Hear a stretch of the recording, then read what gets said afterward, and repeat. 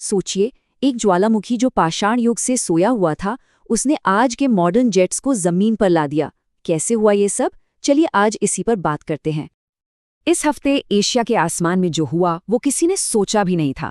हजारों लोग अपने सफर पर निकले थे और अचानक सब कुछ रुक गया।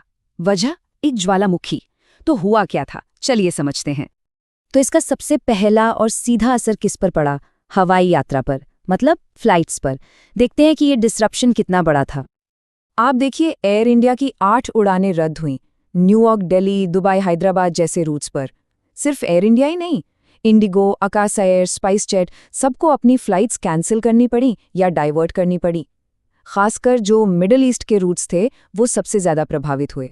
लेकिन सवाल ये है कि आखिर ये सब हुआ क्यों? इस पूरी अफरा तफरी की जड़ कहाँ थी? और जवाब मिलेगा हजारों किलोमीटर दूर एक ऐसी जगह जिसके बारे में शायद ही किसी ने सोचा होगा। 12,000 साल। सोचिए, 12,000 साल से ये ज्वालामुखी शांत था। मतलब जब से इंसानी सभ्यता ने लिखना पढ़ना सीखा है, तब से लेकर आज तक इसमें कोई हरकत नहीं हुई थी। ये इसका पहला रिकॉर्डेड विस्फोट था। तो ये ज्वालामुखी है, हाईली गुब्बी ज्वालामुखी।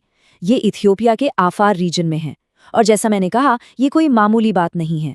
स्मिथसोनियन इंस्टीट्यूशन भी यही कहता है कि स्टोन एज के बाद से, जी हाँ, पाषाण युग के बाद से ये पहली बार फटा है। तो ज्वालामुखी तो फट गया, लेकिन असली मुसीबत थी उससे निकली राख का बादल। इसी बादल ने सारा खेल बिगाड़ा। इसका साइज और इसका सफर, यही इस कहानी का सबसे दिलचस्प हिस्सा है। 14 किलोमीटर, मतलब माउंट एवरेस्ट से भी कहीं ज्यादा ऊंचा, ये राख का बादल सीधा स्ट्रेटोस्फीयर तक पहुंच गया। अब ये क्यों इंपॉर्टेंट है? क्योंकि यही वो हाइट है जहां पर हमारे कमर्शियल जेट्स उड़ते हैं, ठीक उसी जगह जहां ये खतरा मंडरा रहा था। तो इसका सफर देखिए, शुरू हुआ इथियोपिया से, फिर इसने रेड सी और पूरे वेस्ट एशिया को पार किया, और कई दिनों के बाद ये भारत के हवाई क्षेत्र में दाखिल हो गया। और यहां भी नहीं रुका, आगे चीन की तरफ बढ़ गया, एक महाद्वीप से दूसरे महाद्वीप तक। तो हजारों किलोमीटर का सफर, लेकिन एक राख का बादल। आखिर इतना खतरनाक क्यों है? मतलब क्यों हम इसके बारे में इतनी बात कर रहे हैं? चलिए अब इस सवाल का जवाब जानते हैं। हाँ, ये सवाल तो दिमाग में आता ही है कि आज के मॉडर्न जेट्स इतने एडवांस्ड हैं, तो वो बस इस राख के बादल के बीच से उड़कर क्यों नहीं जा सकते? क्या दिक्कत है? देखिए, ये कोई मामूली धूल नहीं है। ये असल में चट्टान और कांच के बहुत ही बारीक नुकीले कण होते हैं। अब सोचिए, जब एक गर्म जेट इंजन के अंदर जाते हैं तो क्या होता है? ये पिघल जाते हैं और फिर ठंडे होकर इंजन के अंदर कांच की एक परत बना देते हैं। इससे इंजन फेल हो सकता है। सिर्फ इतना ही नहीं, ये एयर स्पीड बताने वाले जरूरी सेंसर्स को भी जाम कर देते हैं। मतलब पायलट को पता ही नहीं चलेगा कि विमान कितनी तेज उड़ रहा है। और हाँ, कॉकपिट की खिड़कियों पर चिपक कर विजिबिलिटी भी जीरो कर सकते हैं। तो जब खतरा इतना बड़ा था, तो जाहिर है कि अथॉरिटीज को एक्शन लेना पड़ा।